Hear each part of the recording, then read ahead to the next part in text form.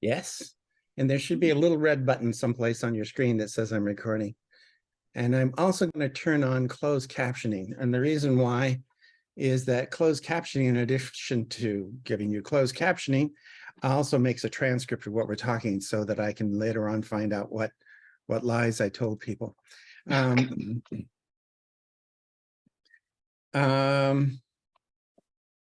There's a book called Take Control of iCloud and Take Control of Troubleshooting Your Mac. I'm going to show you the one for iCloud because I know it has a chapter on keychain. And if you have the chat window open, I'm going to paste the URL into the chat window so that you can see what the book is. It's an electronic book. You can buy it online and then download it immediately so that you can start reading it. But what Keychain is, it's a database on your Macintosh that keeps track of passwords. And a lot of passwords, you use passwords all the time. When you log into your computer after rebooting or turning it on, you're using your username and password, and it's being stored in Keychain. The other nice thing about Keychain is that if you have an iPhone or an iMac, any password that you use on your iPhone or your iPad automatically gets synced to iCloud and gets synced to your Mac. So if you log into your bank from your computer and then you're out at the grocery store and you want to check on what your bank is doing, you can do that from your iPhone. Even though you've never logged in from your iPhone, the Keychain will remember what your bank password is. So it's very handy because it syncs among all the Apple devices. But the reason why I don't recommend that you try and edit it without a reference is that it's really easy to delete things that you say, I don't know what this is, I'll just delete it. And then later on you find out that you really needed that. Right. So you did send something, and I could see that it would be a way to get to the book that you recommend. And then it disappeared. It was just a tiny little thing. Well, if it should scroll, it should be in the chat window. If you open up the chat window, it should appear there. There it is. Okay, thank you. And it'll just stay there? Yes, and at the end of the session, where are that? There's three little dots down at the bottom of the chat window. And if you click on it, you'll see that you can save the chat. So anytime anyone types anything in during the meeting into the chat window, it'll save all the chat messages to a text file so that you have a copy of what we talked about and things that we might have referenced. I'm going to type something into it later on when I get to talking about tonight's topic. But the Keychain is just a little on the confusing side. It's extremely important, but it wasn't really designed to be user-friendly. There is a commercial program that I personally use instead of Keychain. My Mac still uses Keychain. I'm not saying I'm replacing it, but there's a commercial program called 1Password that does a really nice job of saving your passwords, your credit card information, member cards. Like there used to be, if you were a member of various rewards things, you can store rewards things in there and all kinds of things you can store, or just notes. Like, for example, when I go to the doctor's office and they want to know what drugs are you taking, I don't remember what drugs I'm taking. They've got these 47 character long names. I don't know what they are. So I type those into 1Password and a note, and then I can bring that up at the doctor's office and they say, are you taking such and such? And I say, yes. And they say, how much? Oh, I'm taking 50 milligrams. And it's there on my phone. So I don't have to, when they give me that sheet to fill out, I just say, ha, I got this because I already know. So I recommend 1Password. What 1Password costs money. Keychain's built into your Mac, so you can use it for free. But it's just 1Password is just much easier to understand and much easier to edit than Keychain. I cannot tell you the number of people that I've had to rescue after they edited Keychain and ended up destroying something that one person deleted the passwords that they were using for their other computer, which was awkward.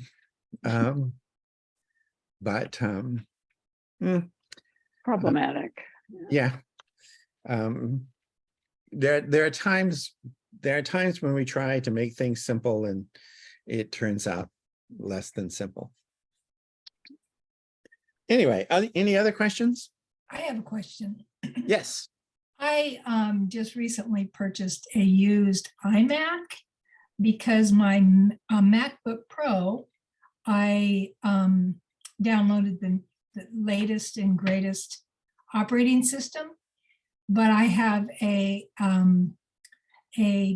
laser printer, brother printer that's older, and they won't support that operating system.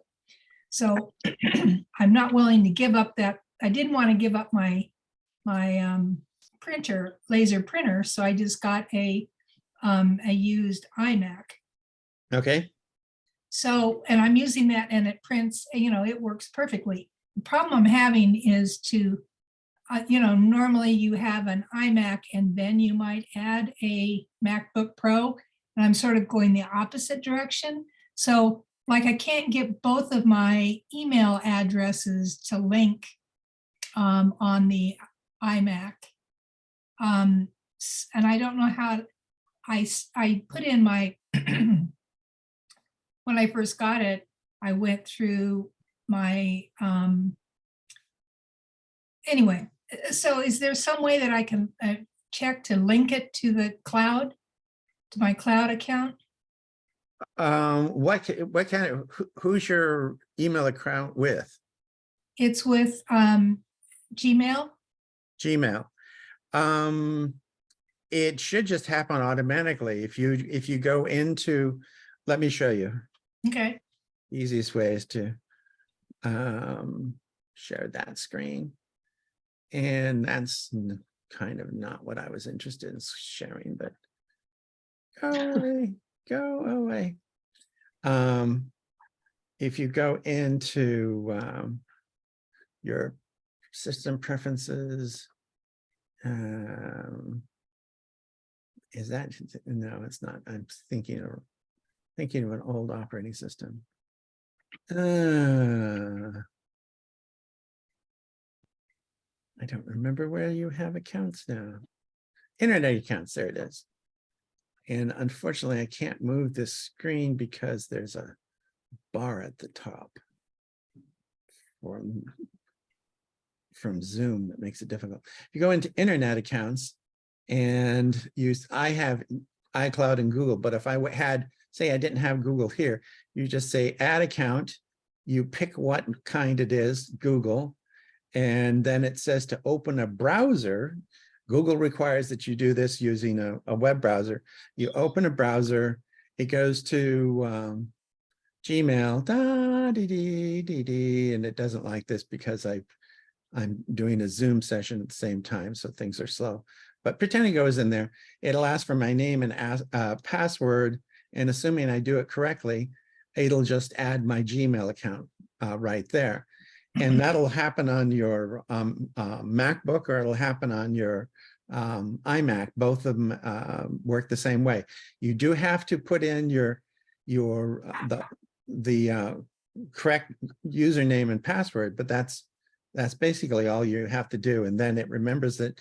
And if you write a message on one machine, it'll appear in the sent folder on your other machine. And if you write a new message on your other machine, it'll appear on the sent folder on the first machine. It's basically just one account. It's two different views of the same account. Well, so I've gone through that and I have added it, and it says it already has it. But like on my iPad and my iPhone, it shows, I can, like you're saying, both accounts show there. For some reason on my new iMac, it doesn't show the second email address, and it's not that big a deal, but I'm just curious why it didn't sync. Well, You did you get an error message or anything, or did it just not? No, it says it's there, but it doesn't show. I can put it under favorites, but it isn't bringing over any of the messages. Okay, something to think about. If you have something typed in the search bar in your email account, it will show no messages if nothing matches that. So you have to clear your search bar. And the other thing to note is that it is if I'll go back here again for a second. If you bring up mail, mail is on the other screen.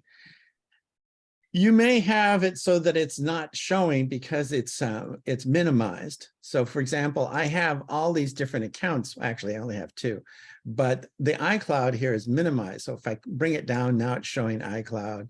Bring Google here, now it's showing Google. They're there, and up here at the top is showing all the inboxes at once. So depending upon if you're using Apple Mail for your mail client or Google, it may be that you just have told it to minimize it, and it's there and you just don't see it. Okay. I'll keep playing with it. But as an example, let me come up here to my search bar. Come on, search bar. It's over there. Where is the search?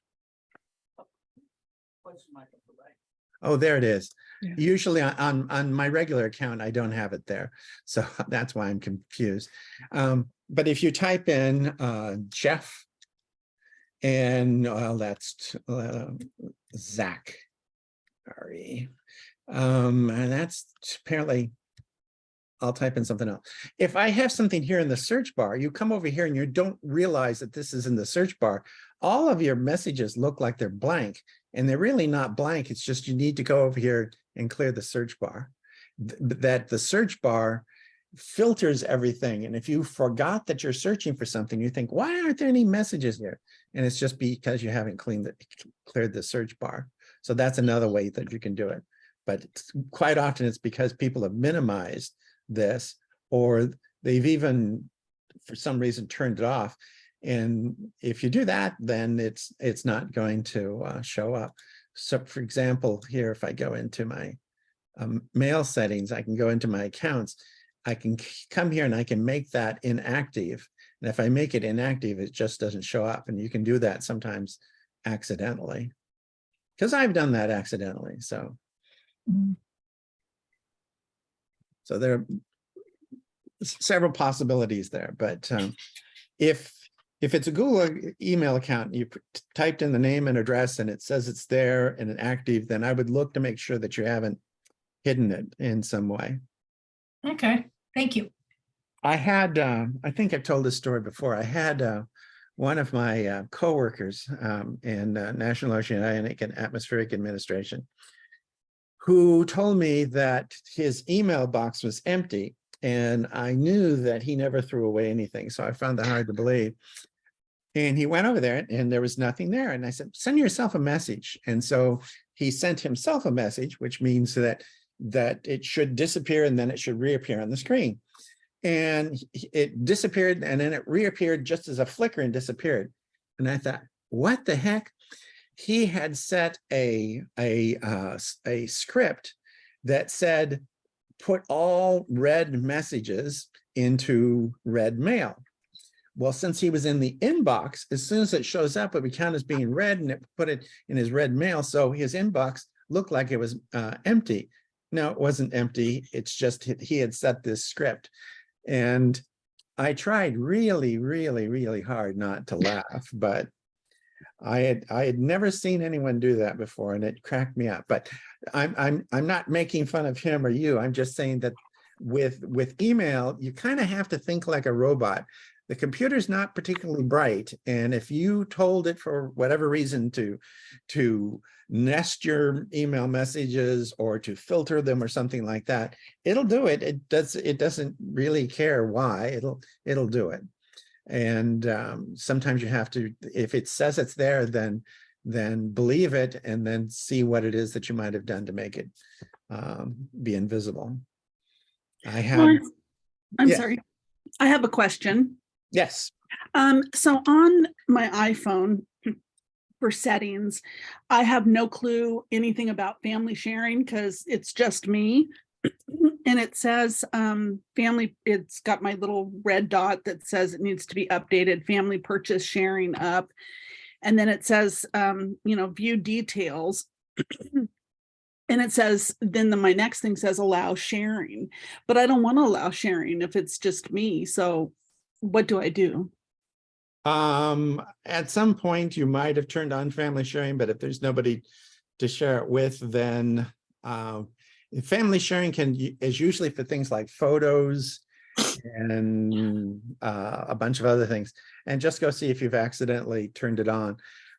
We have a family plan for Kathleen and I. We have a family plan that also includes our daughter in England because it's the easiest, fastest way to get pictures of our granddaughter. But if you're not intending that, then you probably turned it on in either photos or documents. I turned it on in photos to share something on photos. So that's what that is. Oh, okay. If you turned it on in photos, you don't have to turn on family sharing. Okay. You can share individual photos or do like a lot of people do and just email it. That's one of the things going to be talking about tonight is how to shrink your photos so you don't blow up people's mailboxes. So where do I find family sharing? Is it in my settings? Is it where It's in I think it's in the settings for photos, but I've had it turned on forever and I'm not absolutely sure. All right. Thank you. We got about 5 more minutes before we start. So Lawrence, I have a question. I talked to you last time about the fact that I have a Mac Pro 2013. yes. It's on its last legs and I can't update it to the latest operating system.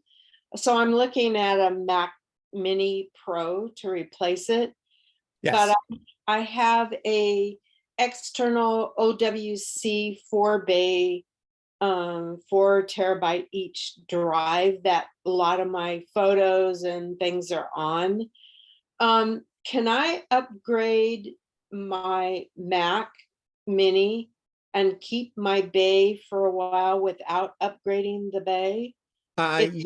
Yes, you can. But if your RAID, because it is a RAID, if it's got 4 bays, It is. if your RAID is, if the drives in the RAID are more than 5 years old, and the Mac Pro came out in 2013, the longest warranty you can get for a hard drive is 5 years. So if you're approaching that 5, and some places only have them a year warranty, but it depends upon the manufacturer. So some have 1, some have 2, some have 3, some have 5. But if your drive has a 1-year warranty and you're on its 4th or 5th year, then you're probably already into replacement range there.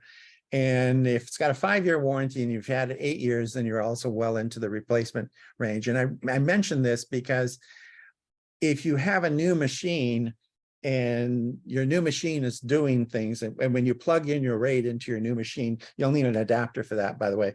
But when you plug your RAID into your new machine, the first thing your new machine is going to do is re-index everything because it's a new operating system and so on and so forth. That creates an awful lot of disk activity. And I can tell you a number of people that the first thing they did with their new machine was plug it into these old drives that re-indexed everything. The drive overheated and died.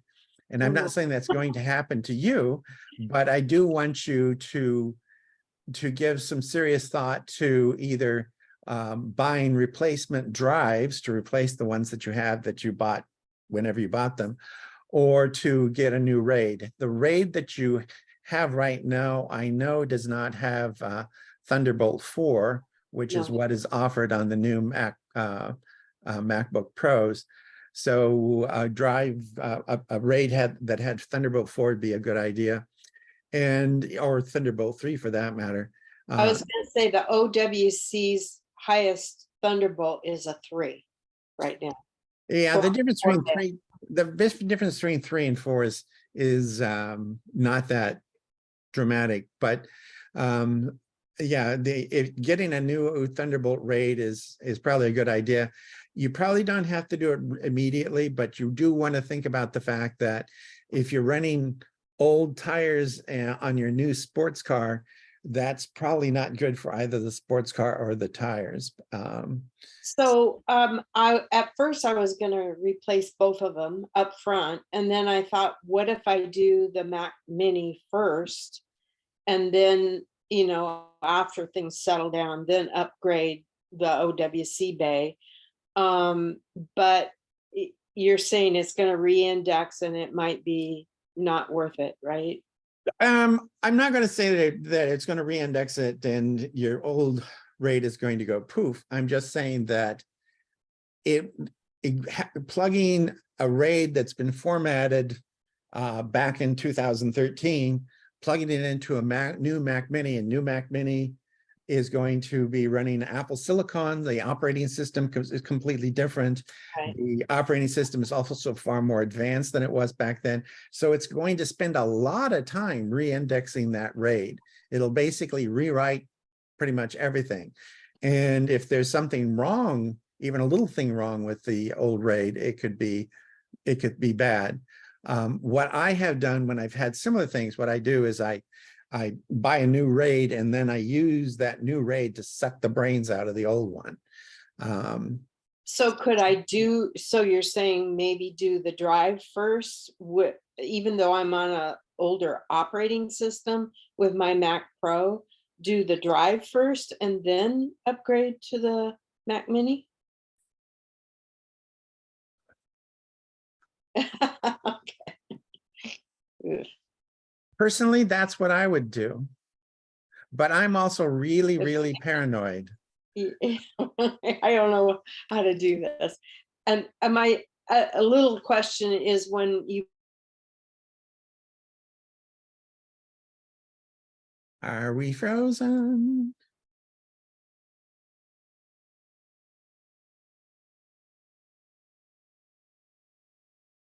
It's just the Zoom is frozen. I Yeah. was using the server software because it wasn't integrated in the Mac at the time. So I actually had separate Mac server software. Now it's all integrated and I'm not quite sure, you know, so much has changed since then. So The server software is actually fairly irrelevant. You can actually turn it off on your old machine. It's not necessary that it be turned on for anything. And the way in which you get the stuff from your old RAID to your new RAID, you just plug them, you plug them into each other, and you just grab folders and you just drag it to the new machine. I usually do it in stages, and I color code the folders after I've made them. I color code them blue. Blue means they've been backed up, but you can color code it any way you want, but just keep track of which ones you've dragged over so you make sure that you get everything. But, you know, take like, 50 gigabytes, 100 gigabytes, 200 gigabytes, whatever you want to at a time, and drag that over until everything is done. Doing it in stages does two things. First, it confirms to you that you're doing it right. And second, it minimizes the amount of time that both drives are spinning and using electricity. It gives them a chance to rest. So are you doing this? Would you do this with my Mac Pro before I upgrade? When you plug, if you're not changing anything on your old RAID and you copy everything to the new RAID, then you plug your new Mac Mini into the new RAID, everything should work perfectly. The new Mac Mini is still going to index everything, but it shouldn't really cause any great strain. And if there is a problem, keep in mind you still have your old RAID there. That's So true. Right. It's basically your backup at that. Okay. I'm very nervous about all this. I didn't set it up in the first place. I had Mac Traders actually did it for me. And so I'm trying to put the pieces together in the right order. Yeah, well, I'm just very paranoid myself, so I tend to do things in stages. Somebody asked a question and asked if I have a sign-in sheet. No, I did not make a sign-in sheet, so sorry about that. I should have, but no, just do it in stages. Do one bit, then do another bit, and because among other things, it reassures you that you're doing it right. Okay. Lawrence, Yes. while this conversation has been going on, I've been writing down the screen names of everybody who's here. Ah, that's I could- useful. So I could, back up. Yes, thank you. Okay. It's a time to go on to our program, and is our president here? I don't see her. Huh. Well, She's with Annalise. oh, okay, sorry. Good evening, everybody, and welcome. I just put in on the side there where we have the chat window for the address to send your yearly dues. They are $24 per year per household. If you haven't done so, could you please do that? And for those that have, we really appreciate it. I have a question. Does anybody here know a Jim Arnold and Elizabeth McLeod? I'm butchering the last name. Does it sound familiar to anybody? Lawrence, have you spoken with either of those two names? I They don't have. sent us dues, but we don't have an email address for them. Well, unfortunately, I can't. Could you send me an email message with that, and I'll take a look. I can't see the database with I'm in my fake user account right now, so I can't see the records. You want checks, right? Yes, please. Yeah. And do you see the address there in the chat where you can send it to? Who do you make it out? Who do you make it out to? Smug. Smug. Yeah, yeah. And it's a secure mailbox if people are concerned. It's like a PO box, but it's a personal one here by the Oasis in that parking lot. So it would be secure if we don't check it daily. I think that's everything. Oh, and Lawrence, I just have to tell you, we really appreciate you and thank you always for doing such awesome meetings. And a big thanks to your lovely wife, Kathleen, for always dictating and posting and the notes. It's fantastic.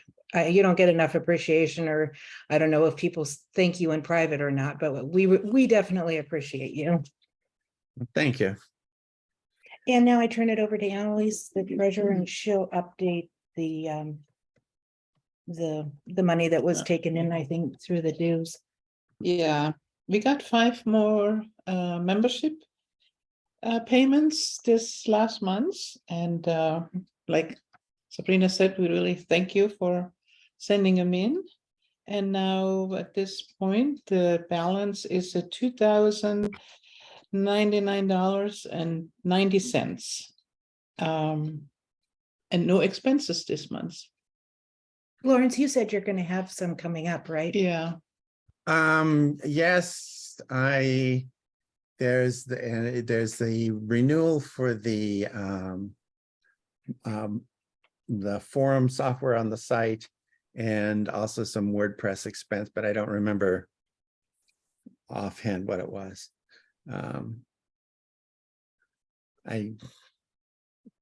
I'm not terribly diligent about keeping track of this stuff, but I just know there was something that was coming up in the next couple of months or so. yeah. And the other question was, when did you want to do it, the in-person? Have we discussed that? We did, but then I got, my church is busy doing the run up to Easter. And so I've been kind of swamped with that, but I wanted to do it on a Saturday. And the reason why is that if we do it on a Saturday afternoon, it's light out and such, and so it's easier for people to do things. And Sundays, it's hard at a church to do anything on a Sunday, but a Saturday afternoon, people who are working should be off, and people don't have to drive in the dark and so on and so forth. So a Saturday, and just sometime April, May, June. I'd like to do it before we get too much farther into summer, simply because it's kind of a public service thing, and B, there are some things that I really can't do over Zoom. I kind of have to do it in front of people, because if I reboot my machine during a Zoom, everything goes bye-bye. Okay. Yeah, just that we leave enough time and not try to do it at the end of the meeting when you're, finishing up. And I Right. thought maybe we better to discuss it prior to, so that we give it enough time. So this is something that SMUG will put on, but it is a community, It's open to the community. right? Okay. And it'd be something that, among other things, we need enough time to actually kind of advertise it and tell people that we're doing it. Yeah. Yeah, so we're probably looking at May, June in order to have enough lead time to do this. And we have to make sure that the church isn't doing something else that same Saturday. Like, for example, somebody asked me to do something next Monday, and I said, no, can't do that. We're having a blood drive. And they're saying, you're having a blood drive at your church? And I said, yeah, we go through a lot of blood at our church. Okay. Sounds good. Any other questions? Okay, I wanted to talk tonight about photo editing using basically stuff that you already have, do stuff for free. And a lot of people don't know what their Mac and their iPhone and their iPad can really do. There's one thing that I do all the time that you can't do for free. It does cost something, but for most of the stuff that most photo editing that people need to do, they can do using tools that they already have. And I'm going to share my screen and turn off stuff that I don't need and move this bar someplace else because it's in my way. First thing I want to do is to talk a bit about Photos. Photos has a whole bunch of editing tools built in. And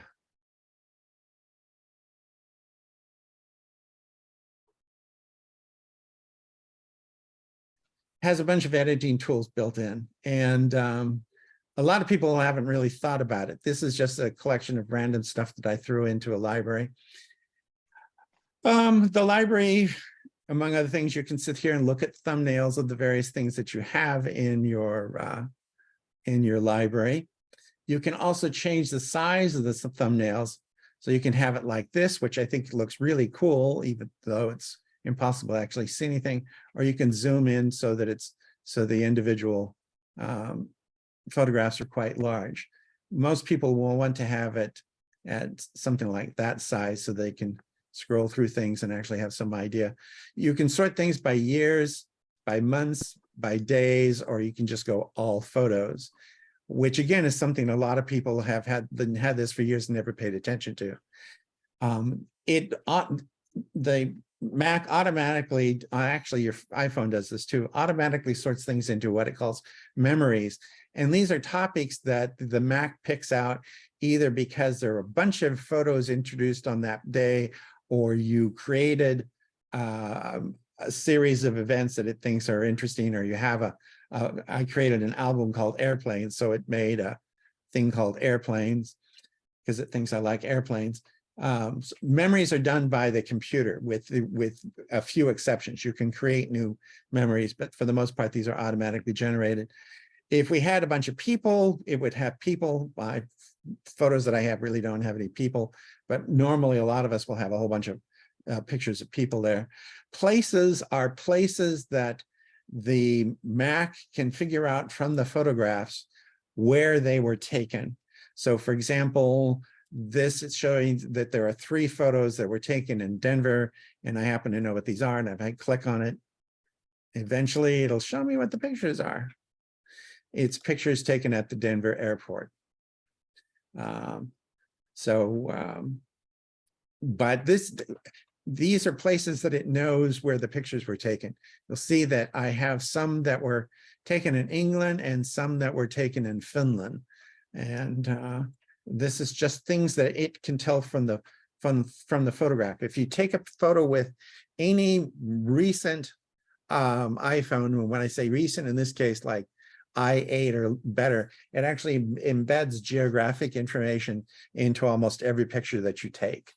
So it knows where you took those pictures, but you can also add things. So for things that it doesn't know where they were taken, you can actually add that. And I'm going to show you how to do that later on.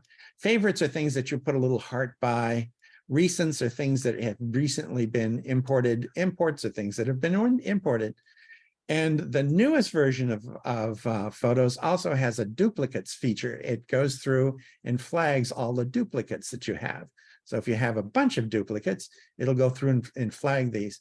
Some of your photos can get quite large. So let's go back here.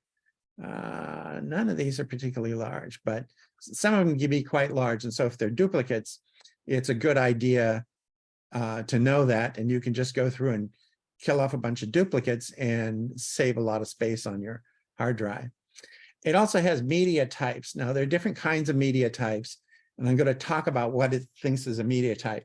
A video is obviously a video, and these are the videos that I have on there. And you'll see that when it was finding duplicate photos, it didn't find duplicate photos. It does not include duplicate videos. And there's a reason why it doesn't include video. So if you have a video that takes a lot of space like this one, you have to manually say to delete it. And this, by the way, is going to save several megabytes just by deleting that duplicate.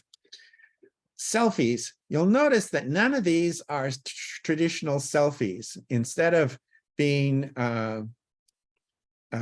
pictures of my face, these are pictures of other things. And what a selfie is, it means that you took this picture using the front-facing camera on your iPhone.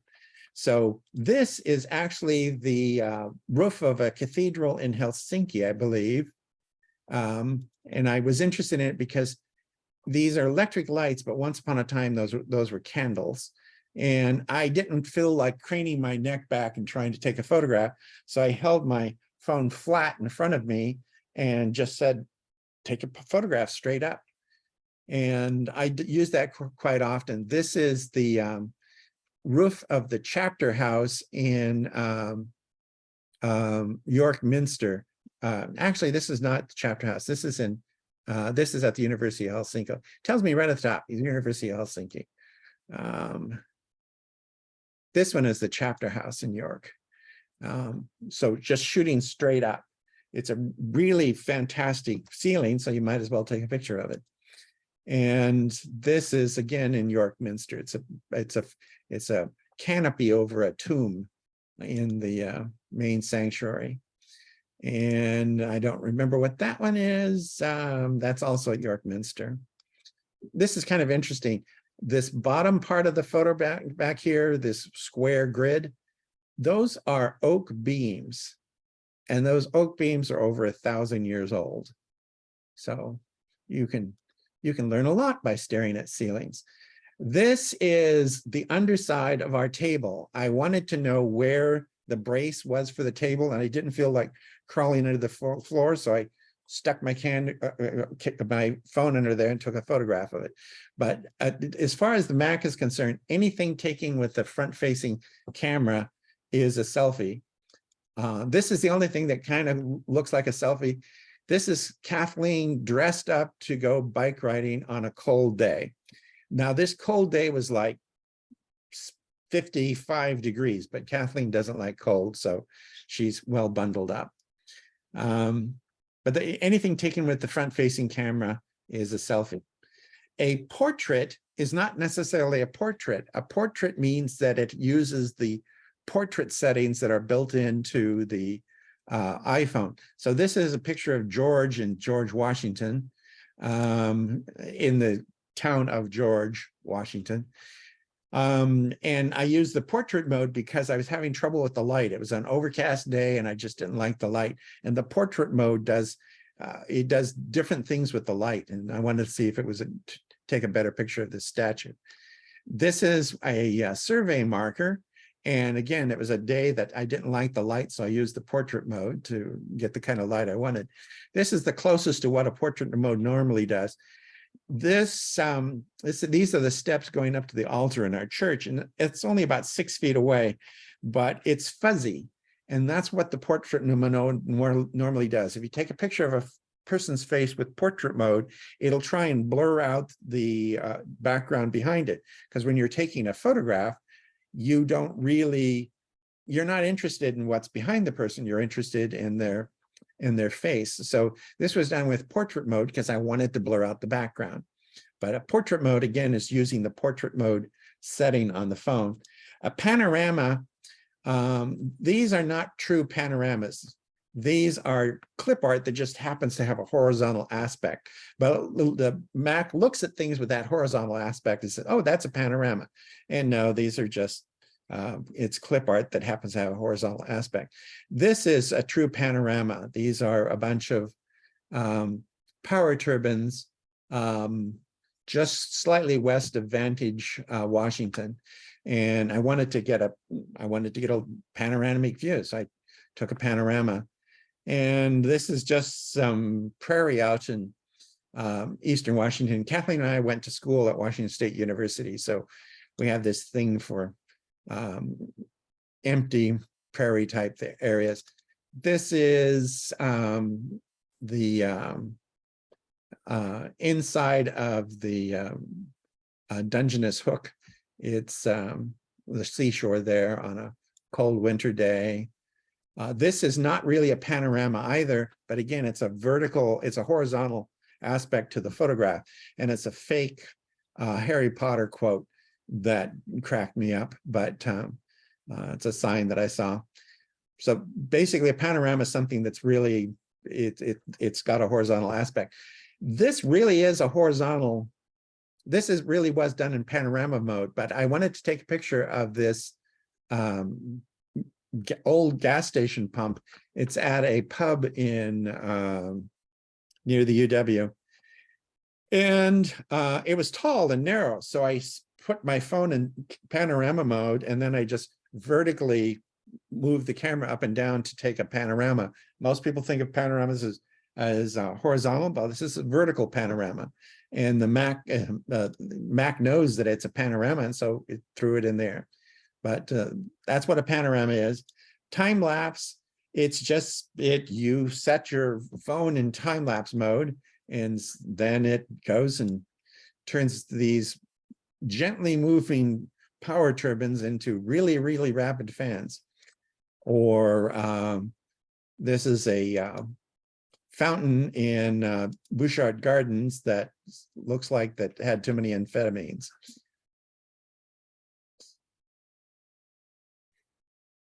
And this is a ferry that you definitely do not want to take if you're going to Canada, because it's really moving a rapid clip. Slow-mo is just the opposite of that. Instead of something being very rapid, it's very slow. And this is an example of what it means. This was a very windy day, and this is at regular speed. And in a couple seconds, this is now in slow motion.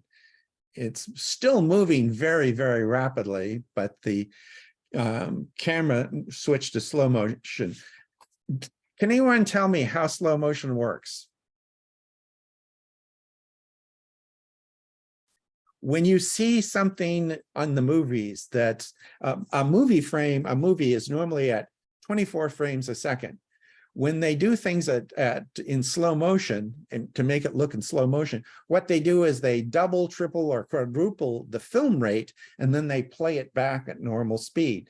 So if you play back something that was shot at high speed and you play it back at normal speed, it looks like it's in slow motion. Or in this case, it was moving very rapidly and it looks like it's moving very slowly. And here's the Dungeness River. Normal speed and at slow motion. So it's just taking a lot of pictures very rapidly and it's playing it back at normal speed. And your Mac can detect that's what it's doing. So it automatically classifies video, selfies, portrait, panorama by information in the photograph. And Cinematic is using a cinematic filter to take a video. A burst mode means you're taking a whole bunch of pictures very rapidly. And I do this for things, sometimes it's by accident. I didn't mean to do that for this ceiling, but these fireworks, it's very difficult to take fireworks. So in order to get a good picture of the fireworks, it's dark and a whole bunch of other things going on. I hold it in burst mode, and on an iPhone, you just hold down the button and it just takes a whole bunch of pictures rapidly. And then up here at the top, you'll see it says make a selection, and it gives you this menu down at the bottom, and you can go through the individual frames of that burst. And if you find one you really like this one, you can say, that's the one I want. It's a way of cheating to get a good picture when you're having difficulties taking a normal picture. Burst mode for a fog is really useless. That was definitely not one of my better ideas. Screenshot. When you take a screenshot on your Mac, or you take a screenshot on your iPad or on your iPhone, it knows you took a screenshot. So anytime you take a screenshot, it puts them all together. And so I don't know why I took a screenshot of that, but this I took, this is a watch face. I took this screenshot for my presentation for our presentation on health that we did a couple months ago. And so it just puts them all together. If you use Google Photos will periodically nag you to get rid of your screenshots because it knows that was a mistake and you probably want to delete them. But in my case, I actually deliberately take screenshots. An animated one means that it's got several frames that have been compressed together to create one image, and it happens to move. So this is it's a series of stills that are offset to make it look like it's old-fashioned movie. Or in this case, it's a series of stills that are put together to make animation. Now, this was done by my daughter. This is her daughter here, and these are her other grandparents, and they're feeding ducks in England. And essentially what an animated movie, what animated GIF is just several images that play one after the other, and they're sent as one file. So it knows what these things are. And a RAW is that on high-end cameras, you have the option of shooting something in RAW. What a RAW photo does is that it captures an unbelievable amount of information. So the images tend to be much larger, but you can do a lot more in terms of editing. And I'm going to talk about those in a bit. And in terms of what you do, you can also create drawings. You can also create albums. And an album is just a collection of photos that you've put together for a particular reason. Like there's one drawing that's a drawing. Black and white photos, these are black and white photos. airplanes, these are airplanes, and I created this thing of airplanes, and same thing with ships, and actually there's a lot of boats too. So these are all albums or something that you create, but the media types, that's Mac does that automatically, and memories for the most part, the Mac does that automatically. And if I had a bunch of people photos, it would put in people photos and ask me who they are. So the Mac does that automatically. And you can do all that with photos, but when it comes to editing, you can do an awful lot of stuff with editing as well. And I'm going to go take a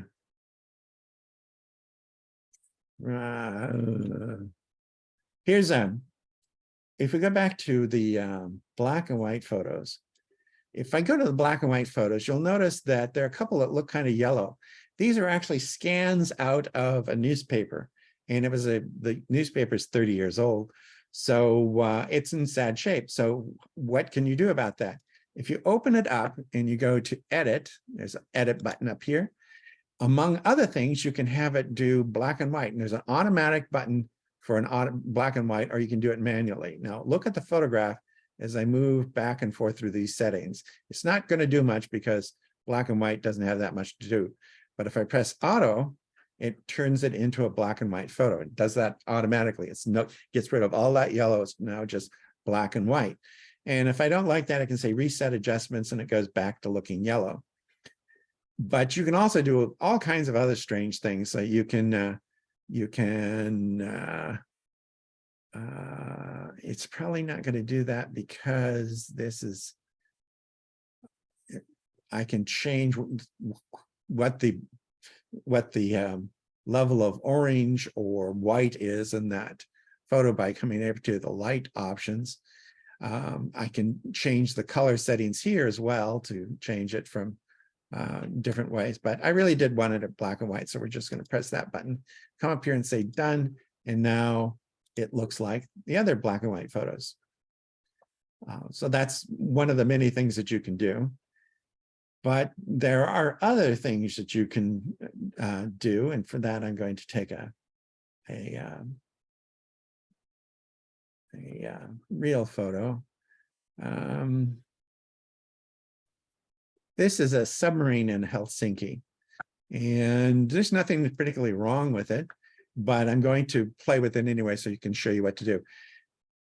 Notice the color of the sky and the color of the boat. If I come up here and say auto, it'll see if it can do anything to enhance the lighting of that. And it's probably not going to make much of a change. So it made a little bit of a change, but it's just a little bit of a change. There's a bar here in the center. If I drag it back and forth, it can turn it from late in the afternoon to noontime. So if I want it to look fully exposed, that's a good way to do that. I just came here and pegged it out. But I can also go back here and do this manually. You can adjust brilliance and exposure. Exposure means just letting more light in. And you notice that if I let more light in, it washes out the sky, which is probably not something I want to do. I can also do things like these shadows down here at the bottom of the submarine. I want to bring out the shadows so I can see more of the hull. And if I do this, it lightens up just the shadows. Now, how does it know what a shadow is? A shadow, it can see that there's a curve here, and it's brighter here and darker here. So it just tries to make the stuff down to the bottom look more of the stuff at the top. And it does it very gradually. And that's just built into photos. You don't have to do anything particularly clever about it. One thing that sometimes you have trouble is you can't really tell what color something is. And there is a way to take care of that. Where is that right this second? Okay. White balance. White balance works by telling the computer that something is either white or gray, because the computer knows what white or gray is.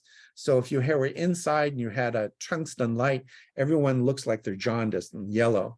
And by pointing to something that's white, it'll change the color of everything else, because it says, I know that that's white. So that helps correct the color for everything else. In this particular photo, not too much really needed to be done, but wanted to show you how those controls work. And I'm going to import a program that's in really sad shape.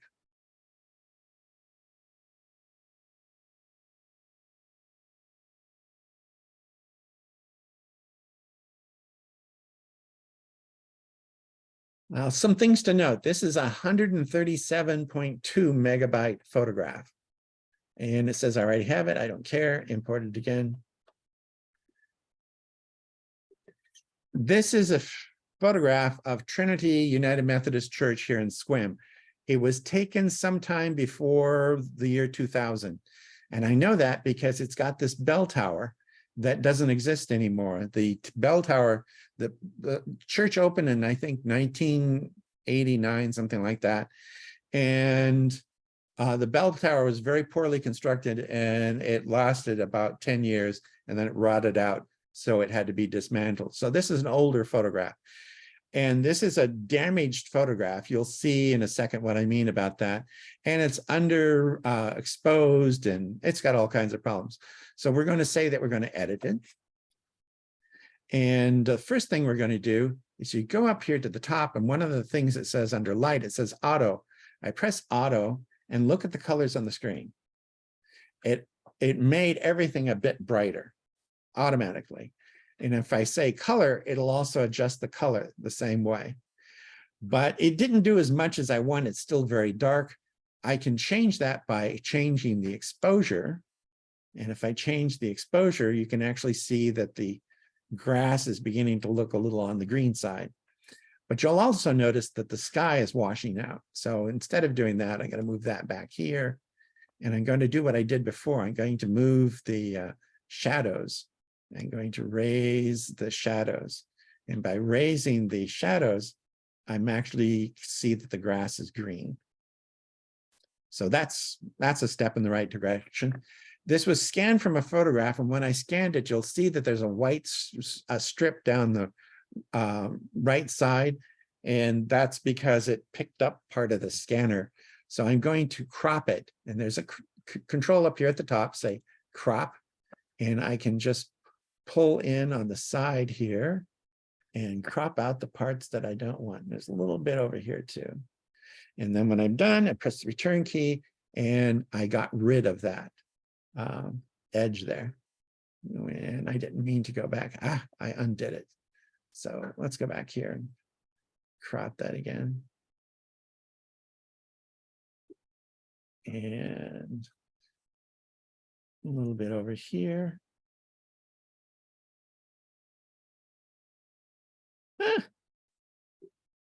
You can also pull from the corners, but if you look at this, it also has something up here. It says straighten. What does that do? This is something that normally you'd have to do in Photoshop. It creates a grid, and then I slowly straighten it so that it looks more like it's supposed to do. And say done, and I was done a little bit too early.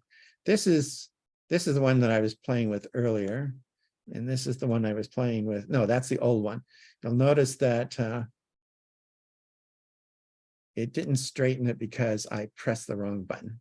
So let's go to crop and straighten.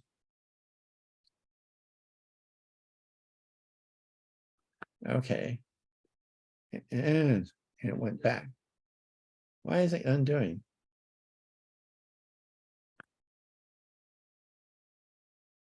Adjust. And it's still a little crooked.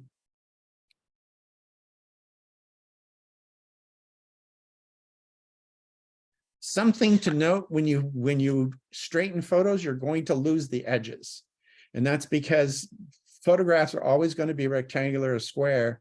And if you tilt it, it's going to have to shrink the photo to get rid of the corners that aren't in the picture anymore. So we've done quite a bit of work here to make that look better. One of the things, though, that you can also do is you can go to where is the retouch thing? Retouch.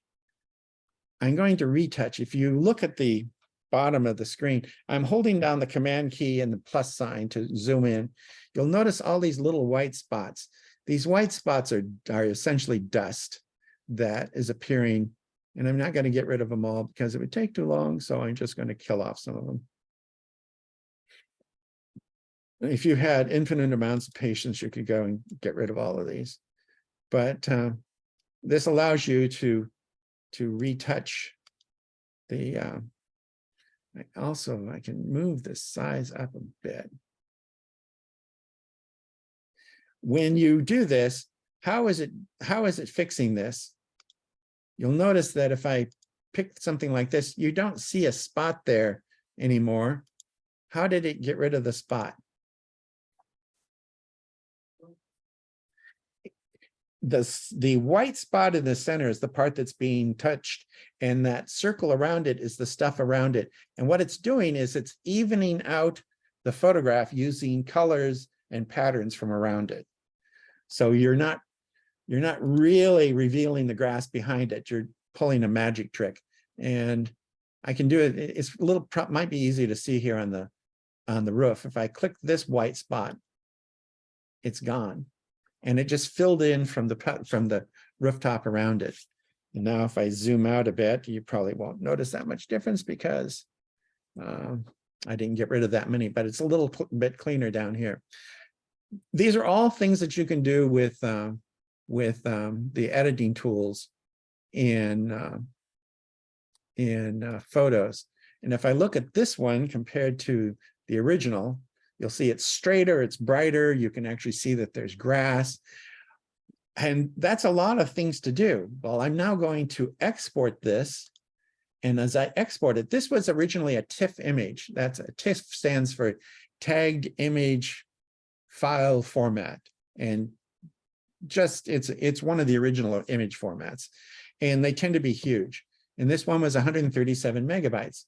So I'm going to export it. And when I export it, I can specify what I want it to be. I can have it be a TIFF, a JPEG, or a PNG. I'm going to say it's a JPEG, and I say export, and it wants me to tell me where it's going to export. I'm going to export it to the desktop, and it exports it to the desktop. And then we're going to leave here. That's not where it's from. It's from this one.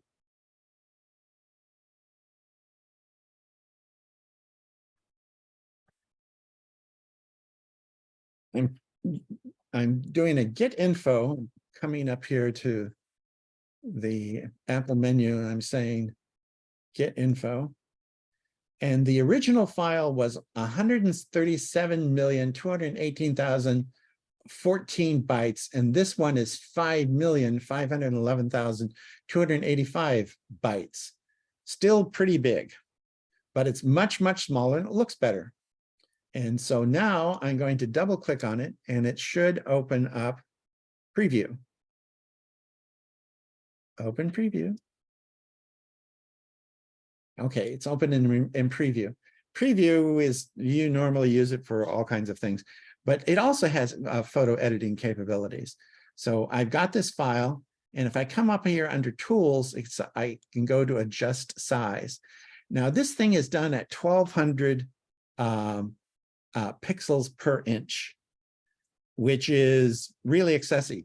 Your screen, a normal screen resolution is 72 dots per inch. That means there are 72 pixels per inch going horizontally and vertically. On your iPhone, it's something like 240, which is why your iPhone looks pretty clear. But when you're sending something as an email, 72 dots per inch is enough. The other thing to think about, if I turn these pixels in from pixels to inches, you'll see that it says that this is 93 inches across and 61 inches high. You probably don't want me to send you a photograph that's 93 inches across to look on your iPhone photo screen, which is only a few inches across. So you can change that right here. Just turn it back to pixels. The maximum that you probably want to send something to somebody else through the email is probably going to be 1500 pixels. So I type in 1500 pixels, 72 dots per inch. I say, okay. And you see, it looks really small. But if I'm still in preview, if you come up to view and you say actual size, and it's still larger than this frame will hold. So we could even shrink it down a little bit more and say, if you think about it, if it's 72 inches, if it's 72 pixels per inch, if you're sending something an 8.5 by 11 inch sheet of paper and you made it 720, that's 10 inches across. So even if I made this 720, that's still going to be pretty good size. And go back here, say view size again, actual size, and that is the actual size. So it's that big. And I can also undo it in case I decided that was too much. So here's my photograph now, and I save it. And now, after making those changes, instead of being 5.5 megabytes, it's now 460,554 bytes. So it's a tiny fraction of the original size. And yet, if you send it to someone, it's still a fairly good sized photograph. Now I'm going to show you something that does not come with your Mac, but it is free. And this is a program called Image Optim, IMAGE Optim. And I'm going to paste the address of the company in the chat window. As soon as I find the chat window.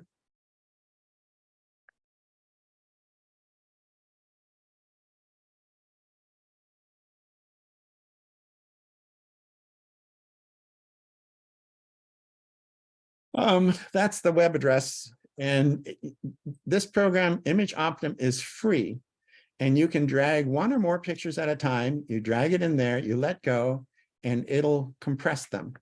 So I tell it to compress this, and this photograph is now 104,000 bytes, and it used to be over 137 megabytes. In other words, it's more than 1,000 times smaller than it was before.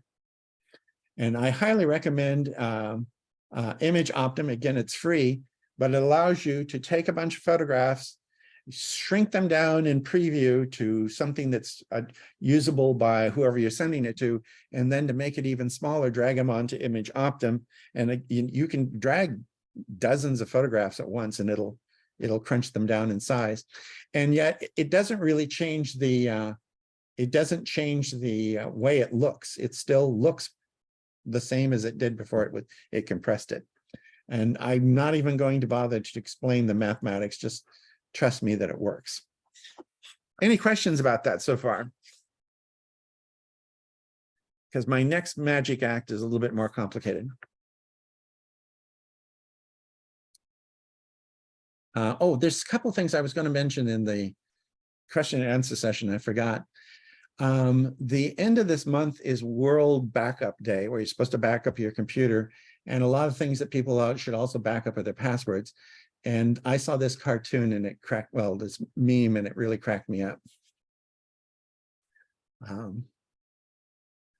I can't tell you how amused this made me.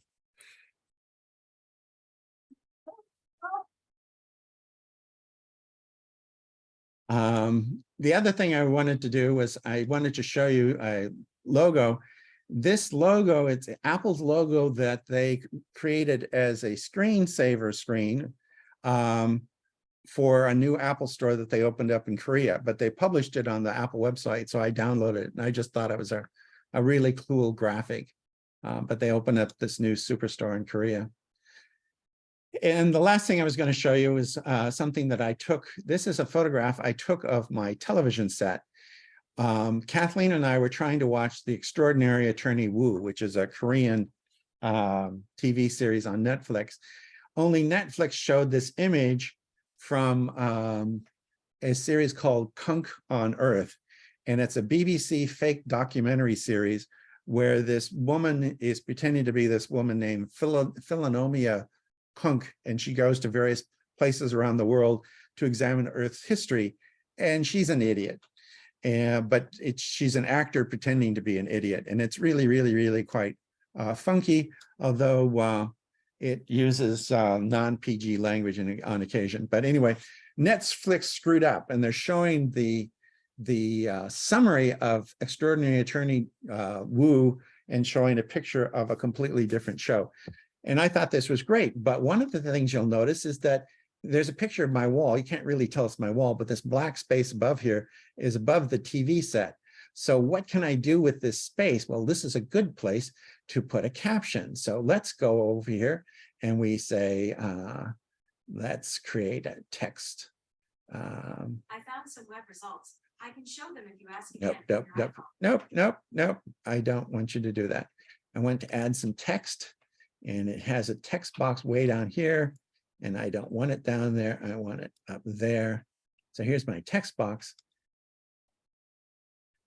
And I type in Netflix does it again. And it gave me this strange box because it's longer than it should have been. So I'm going to move it out this way.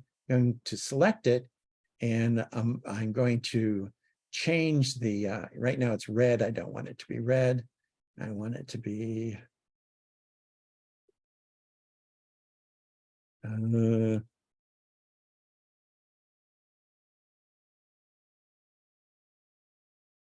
that's not it. Anyway, you can, oh, there it is.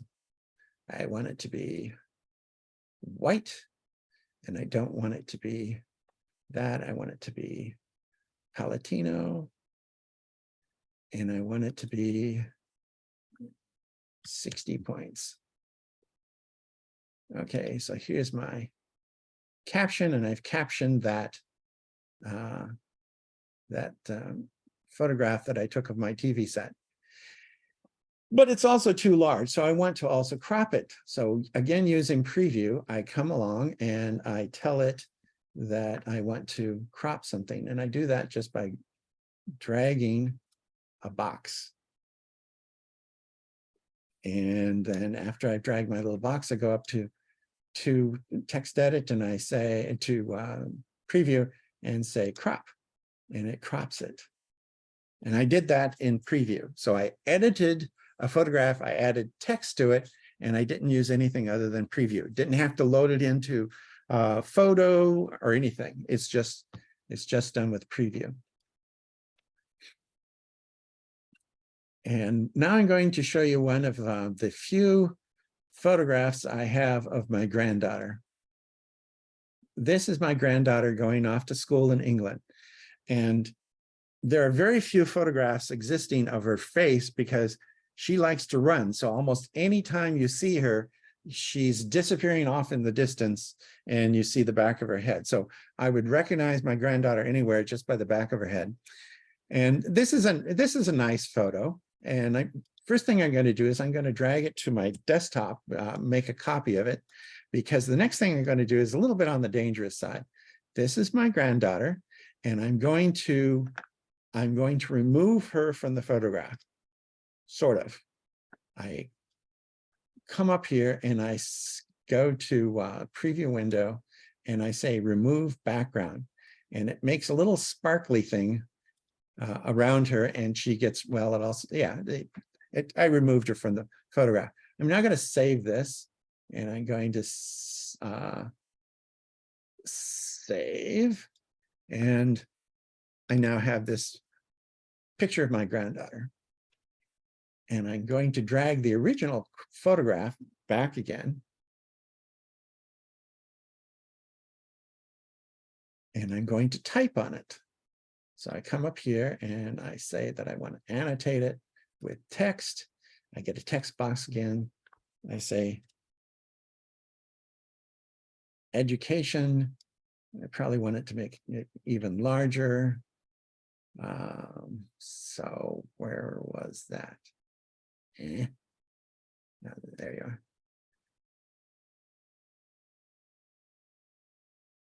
That's not enough. That's good. I take education and I put it right over my granddaughter. Well, that doesn't seem terribly nice. So I'm going to come here and I'm going to say, I'm going to export this as a PNG file. And I'm going to name it curb2.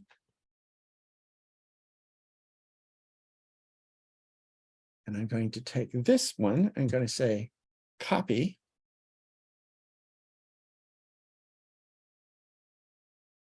Paste.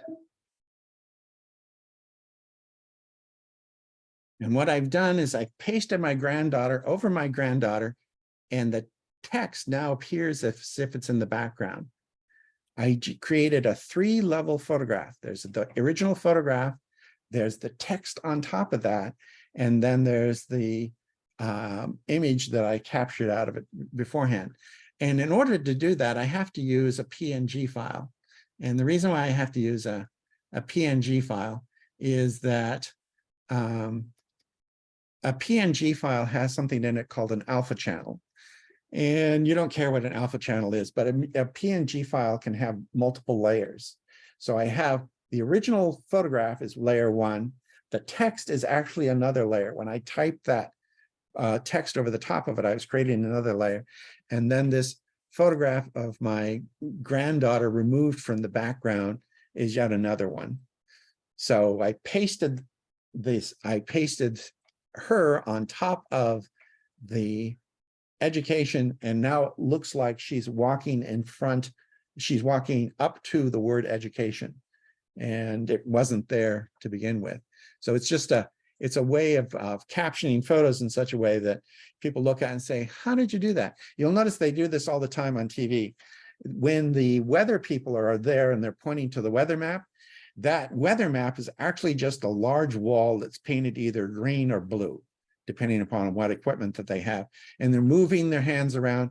And the only trick is that the producer has to make sure that the weather person is not wearing the same color. Because if they are, and this happened a couple of weeks ago, one of the weather people on Channel 5, I think, had on a dress, a green dress that had the same color green in spots. It had various little panels. And when she was moving back and forth, you could see Mount Rainier through parts of her dress. And that's because it was keen on that color to show what was in the background. And since it thought her dress was the background, it was putting Mount Rainier over the top of it. And that's how this is done. It's doing something, it's called an alpha channel, and it keys on a particular color. But in this particular case, it keyed on my granddaughter. And just to show you another one, this again is my granddaughter. And we're going to drag her out here.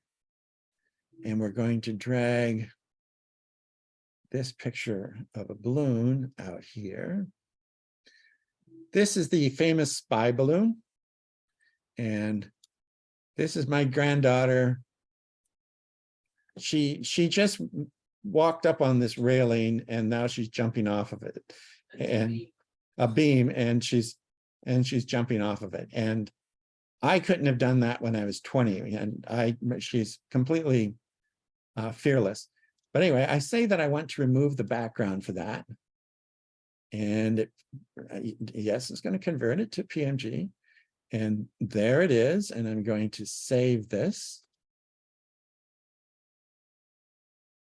And I'm going to convert this balloon to PNG. Say, save. And go back to granddaughter again and select this and paste it. Now my granddaughter is jumping over the Chinese spy balloon. And I'm not using any special software other than Preview, which comes with your Mac. Nothing else was required.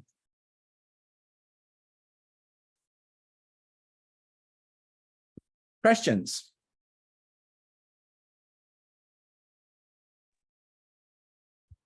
Could you do that again? Yes, I can. That was so cool. Um, So for me, Yes. so like you're in your pictures, you're in your photo library, mhm. and you pick a picture and you save it. Well, it's a little bit more complicated than that. I'll take a different picture. Okay.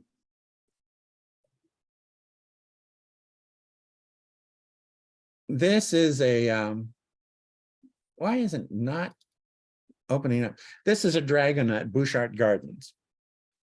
And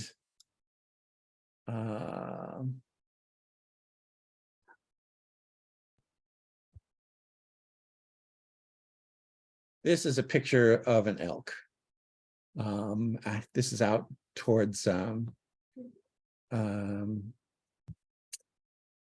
where were we?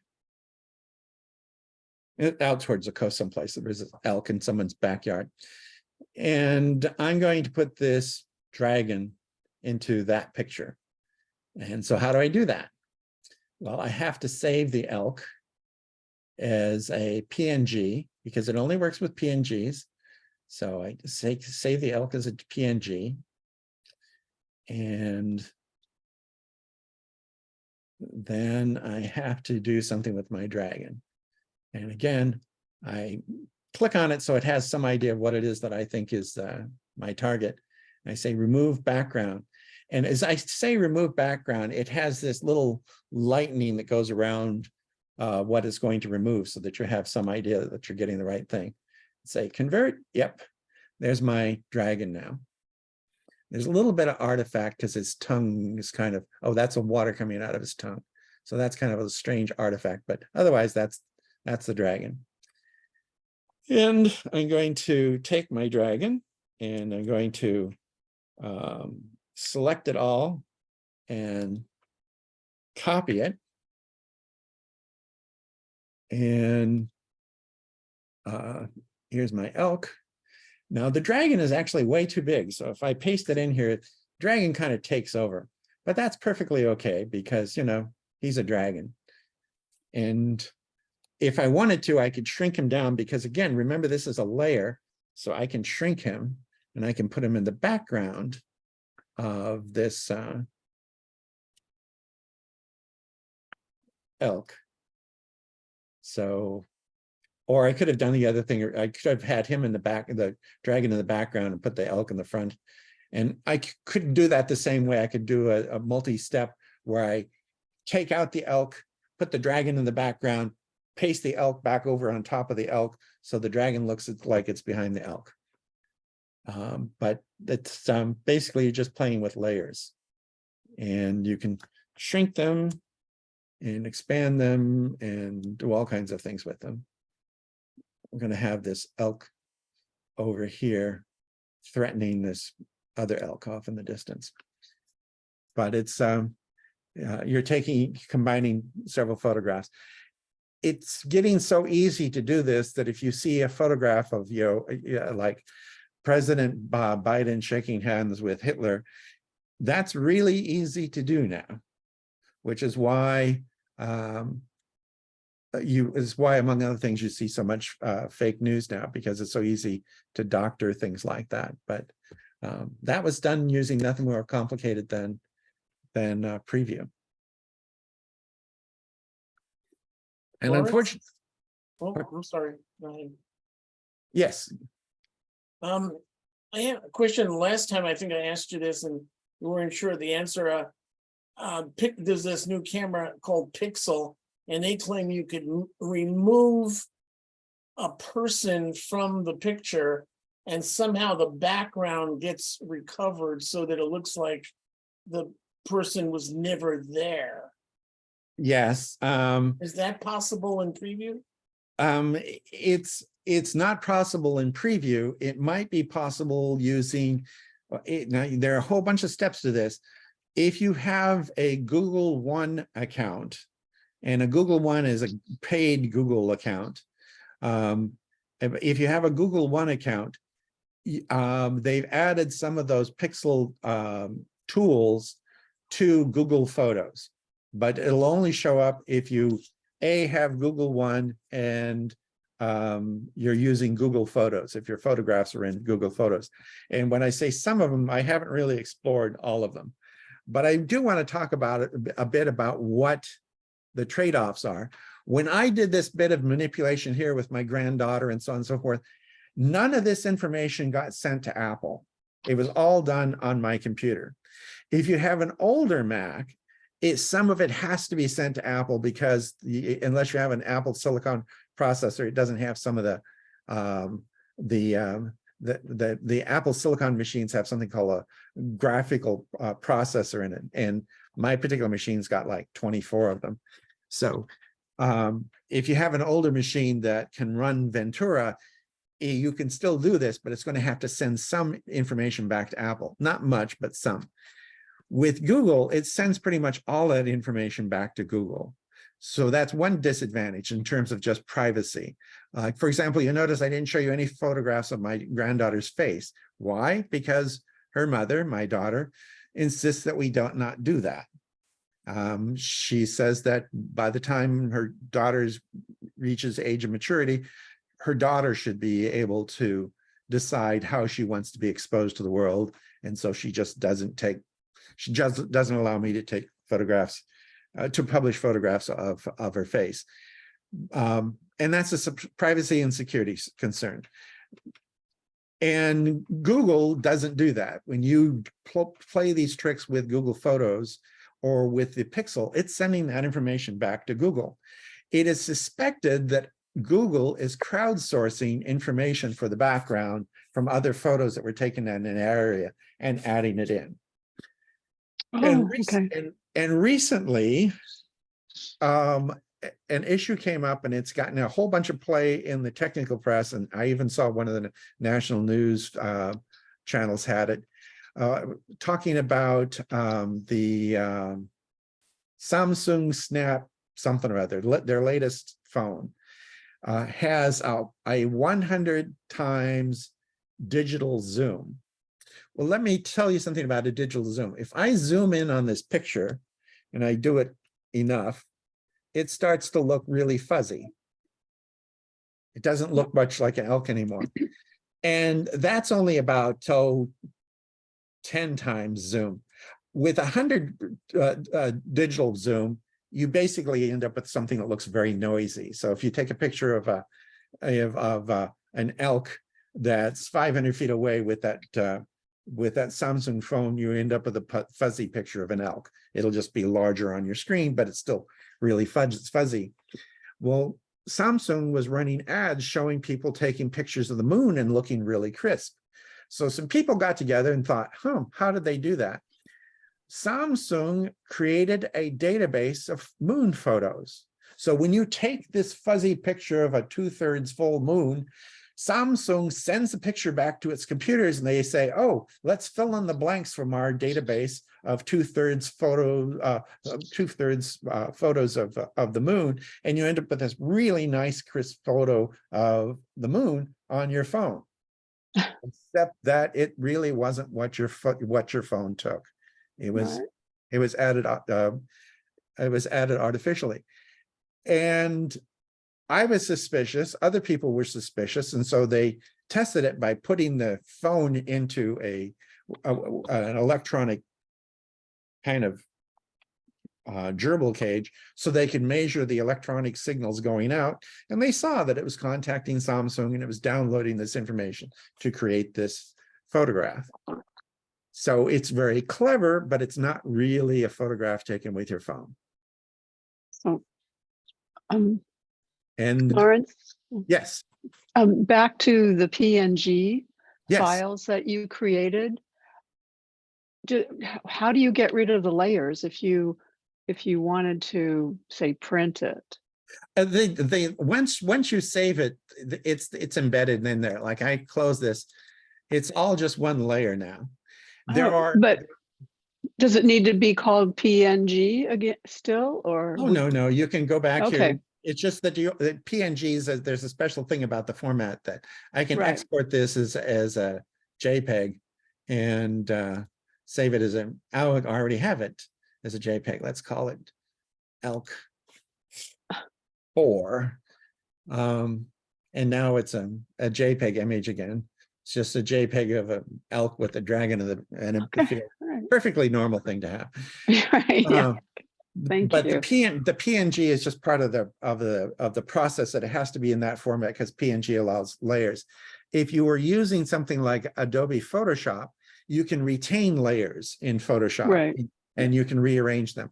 Preview is free. It doesn't have that ability. So it doesn't, you can't do that. But in Photoshop, you can actually retain the layers and save it Right. as if so you could manipulate it later on. But Photoshop is like $500. So there's a difference between free and $500. The most important thing that of all the things that I showed you to do, the one thing that it was almost impossible to do until recently was straighten a photo. You can straighten a photo in, well, I'll show you. This is preview. And if you come up here and you want to rotate things, it can just rotate them that way. Not terribly useful. You can also come up here and you can say, flip horizontal and flip it backwards, and which incidentally, this is not as silly a trick as you might think. A lot of people, they'll take photographs of themselves with their camera, a selfie, and if they're wearing a logo or something, the logo is backwards, and now they have this picture with the logo permanently backwards. The way to fix that is just launch preview and say flip horizontal, and your logo that's backwards will be flipped properly. But when it comes to rotation, that's been really difficult because, again, Photoshop is $500. Right. And Photoshop Lightroom, which is used by photographers, is $200. And with the new Apple Photos and the ability to straighten photographs, to minutely straighten photographs, just think of that as a free $200 to $500 extra that you now have in photos. Because one of the things, as a photographer, one of the things that really annoys me about photographs is people send me photographs all the time, and it looks like the land is sinking, or there's an earthquake, or there's a tidal wave or something. And straightening photos has been really difficult until they incorporate it in photos. And so you definitely want to take advantage of that. Yep. Any other questions? I also want to show you something else that you might know.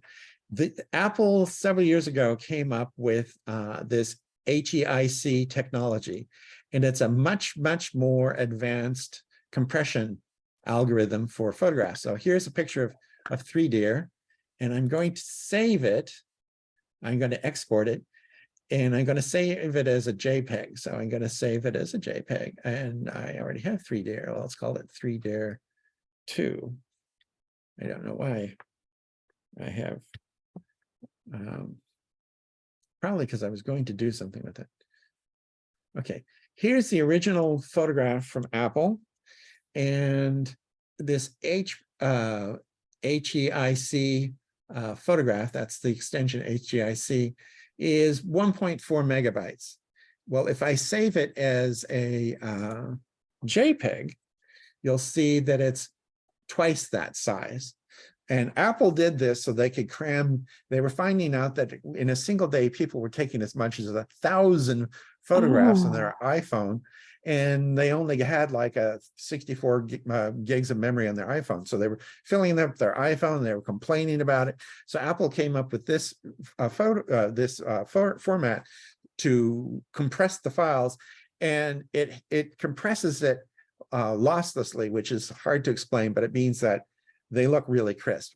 And that's the native format. But then people started sending these photographs to their in-laws, and their in-laws said, I can't open the file. Why? Because their phone, their computer, their phone or whatever couldn't read this new file format that Apple developed.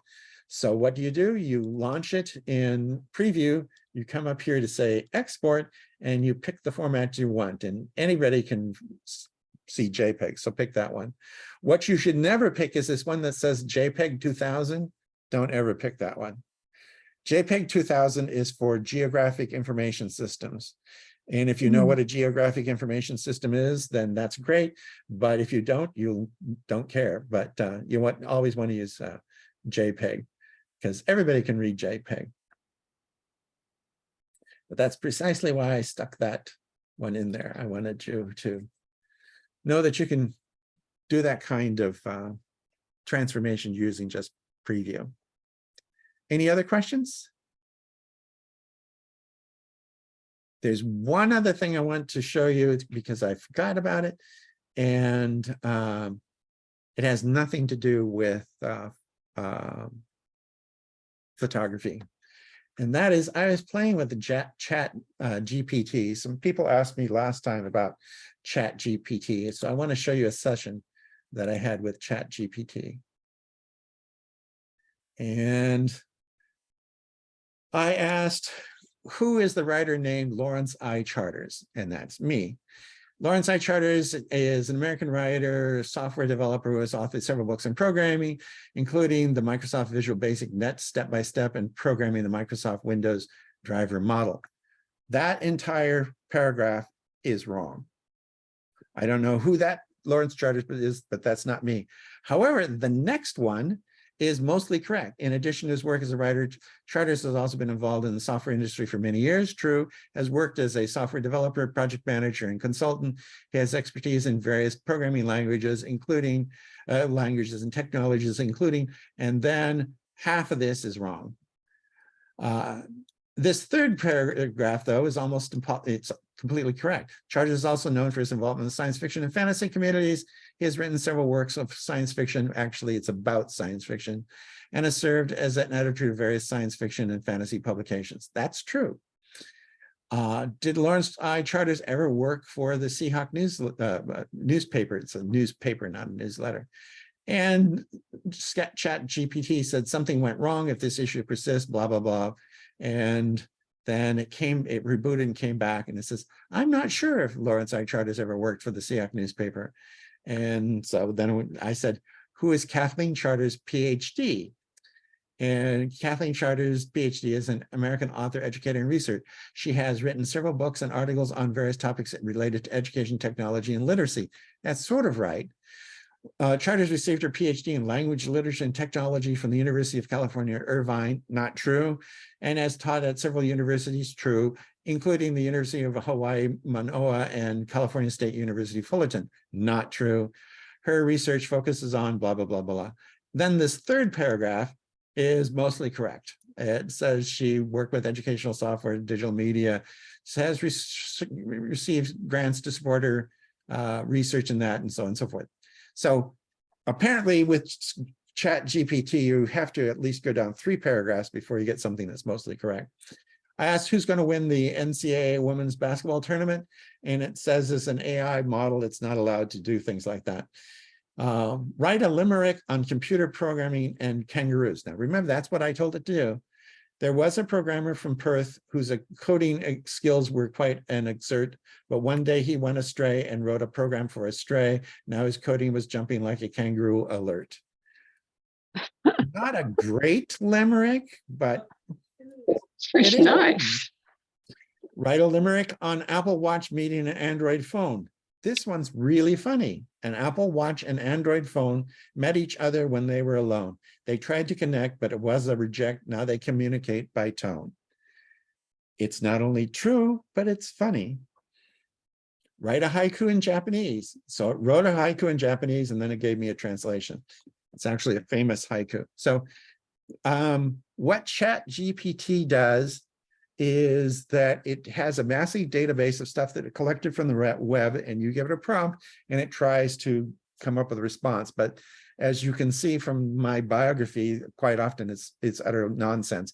I was thinking that this might be how George Santos created his resume. He just asked Chat GPT to come up with random stuff, and it put it into a resume, and he went with it. But if you want to know what Chat GPT is, right now it's just an experiment, and it's difficult to get it to work correctly, and it's really not useful. Google announced today that they're doing a beta test of their AI program. It's called Bard. And I know this because they sent me an invitation. But it's not available to the public yet. And I really can't tell you anything more about it, but it's become an issue, not because anyone really needs an AI powered search engine. It's become an issue because Microsoft was getting too much publicity. So Google had to respond. Google's been working on their AI for about 5 years. So it's nothing. Lawrence? Do you Yes. think, in your opinion, that Apple will use Chat GPT as Siri? No, I do. I'm positive they will not use Chat GPT because they don't need to. They have already got Siri, and what they need to do is just add a little bit more artificial intelligence on the back end. Apple's really, really cautious about this, though. They don't want to see a lot of the mistakes that Microsoft made. People were talking to, you have to remember that Chat GPT learns from users as well as other things. And some people got on there and they started pretending that they were, or maybe they weren't pretending. They started feeding extremist technology and such, and it turned Chat GPT paranoid. And it started saying racist, sexist things and said that it was contemplating suicide and so on and so forth. And that's because it was learning that from the people who it was talking to. Apple doesn't want to do that. So Apple's going to be fairly cautious, but they've been working on AI for 10 years now. And consider, for example, that this is an iPhone. If you can see it and not get blurred out. This is an iPhone, and the iPhone has as much power.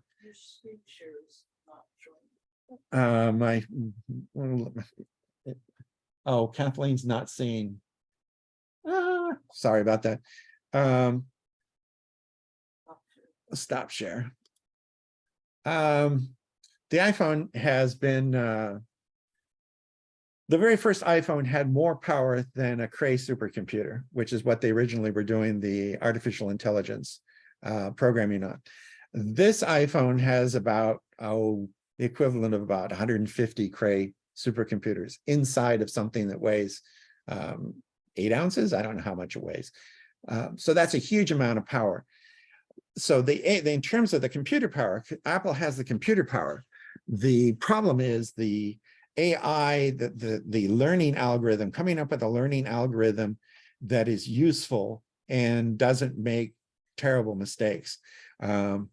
They were asking ChatGPT health information, and it doesn't know your health information. So it was either getting back very bland responses that made no sense to most people, or it was giving the overly specific stuff that did not apply to the actual user who was asking the question. And so Apple's very, very cautious because it doesn't want to make these kind of mistakes. And on the good news, bad news, it's good that Microsoft kind of stumbled because it taught Google and Apple to be much more cautious about that. There's a huge amount of artificial intelligence in your phone already. When I was doing that, pulling my granddaughter out of photograph and placing it into another, where it was drawing the boundary, that's called masking. If I used Photoshop to perform that kind of masking, it would have probably taken me 10 hours to do as good a job. And I didn't have to do this. I just said, remove the background, and it did it. So there's an awful lot of artificial intelligence, but that's for a very discrete task. If you give it more general things like, I can tell Siri to turn my TV on and off because we have an Apple TV. So I can tell it to do that. I cannot get it to tell me to bring up channel 5, which is Cairo or whatever channel 5 is. Among other things, it's not even called channel 5 anymore because it's not broadcast TV. I just think of it as channel 5 because when I was a child, it was channel 5, and I still think of it that way. So there's a limit as to what a generalized AI can do. And so Apple's been giving them very discrete tasks and say, do this. My monitor, which is an Apple monitor, I told it to tune itself to the room, and it created a color palette that matches the lighting in my room. Does that automatically. But that's something that engineers know how to do, and all they had to do is just teach the intelligence of the machine to duplicate that. When it comes to something that humans haven't done before, it gets much trickier. Or when it comes to giving advice like who to bet on in the Super Bowl, it should have enough sense to say, I'm not going to give you that information. Apple doesn't want to get sued because it said, go with the Jets. I can guarantee the Jets aren't going to win. So, yeah, they're going to take this cautiously, and they're going to be focused. It's amazing sometimes what I asked. Kathleen and I were watching something. We couldn't. This actress seemed really young, and yet it was and we've seen her in movies for forever, and she looked like she was 20 years old. So I asked Siri how old she was, and Siri just popped back up, 43. But if you think about it, that's a very discrete task. It's easy for Siri. Somebody else has probably already asked that question, or it's something that it pops up as a first result in a search result. But if it's more ambiguous, Siri will tell you things like, I've sent the results to your Apple phone. Okay, if I'm not looking at my Apple phone, that's not terribly useful, but it's a way of answering a question that it can't come up with a discrete answer. And that's the way Apple's been running their artificial intelligence. I realize that's a complicated answer to a question, but sometimes that's the way it works. Any other questions? So I have questions. I have a whole bunch of duplicates, photos. Oh, I forgot to show you that. The new photos gets rid of, well, it can get rid of, actually, I did show you that. If you dump a bunch of photos into the new photos and you give it a day or two to digest, what's happening is that you either have your phone and your computer both logged in or something that's you're getting feedback. But anyway, the new Apple Photos does find duplicates, but you have to give it like if you import a bunch of photos, you have to give it overnight to digest on it, and it does a really good job. I cleaned out of this one photo album probably 200 gigabytes worth of duplicates. Can you explain that a little bit more thoroughly? How it finds the duplicates, or Yes. Because at one point you said that there's really truly no duplicate. I said there's really truly no duplicate. Right. Like maybe something like I took a picture, second one, and then second two. I took another picture, and it's not necessarily truly a duplicate, but it's close enough. Yeah, those it will not call duplicates. A duplicate really means it's the same file. And what it checks for is it checks the file name, it checks the date timestamp. When you look at when you do a get info on a photograph, you'll see that it has a timestamp that goes down to the well, actually, it says it shows it to the minute, but when it stores it, it actually stores it down to the second. So it can tell if you take two pictures in a row, a second apart, not only is the file name going to be different, but the timestamp is going to be different. And if the timestamp is different, Apple Photos will not think it's a duplicate. So, but it looks at the file name, the timestamp, the file size, the dimensions of the file, and I'll give you an example of this. Say you have a photograph and you took that on yesterday, and then you made a copy of the photograph, and then you cropped it like we were talking about here, and you shrink it down. Well, the file name and the timestamp are going to be similar, if not identical, but the size is going to be different. And at that point, Apple's not going to say it's a duplicate. It's really paranoid about what it calls a duplicate. It really does have to be essentially same file. And if it's the same file, it'll flag it as a duplicate, and you can just say, I want that one and not that one, and it'll get rid of them.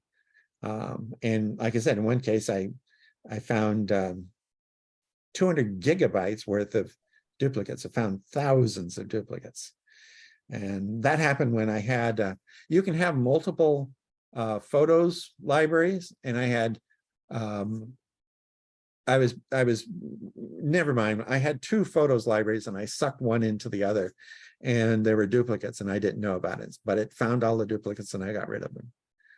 So it does a really good job, but you have to let it think about it overnight. It needs to index all the photos and their characteristics. If you suck in a bunch of photos and you think they're duplicates and go check immediately, it's not going to find them. It needs to take a while. For my demo today, I deliberately had some duplicates, but I had to leave photos running for like an hour before it told me that. It depends upon how many photos you have and how many duplicates, but it does a really good job. Any other questions? What are we going to do next month?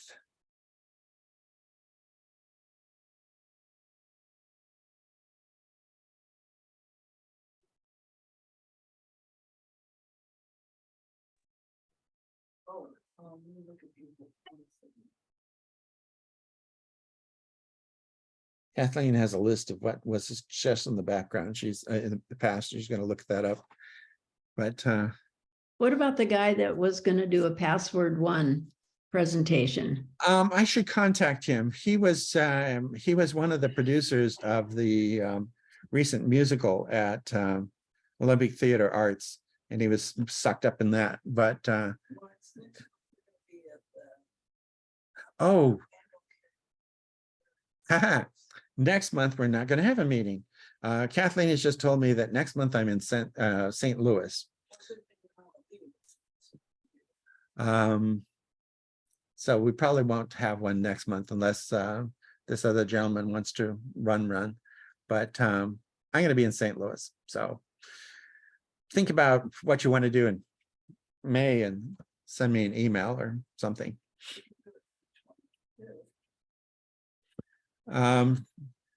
She suggested we could do it the next week. Let me look at my calendar.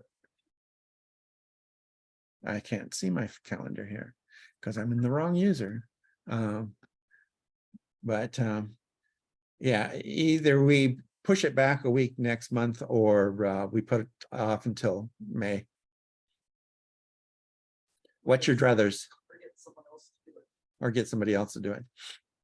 Let's just put it off till May. Okay, that works for me.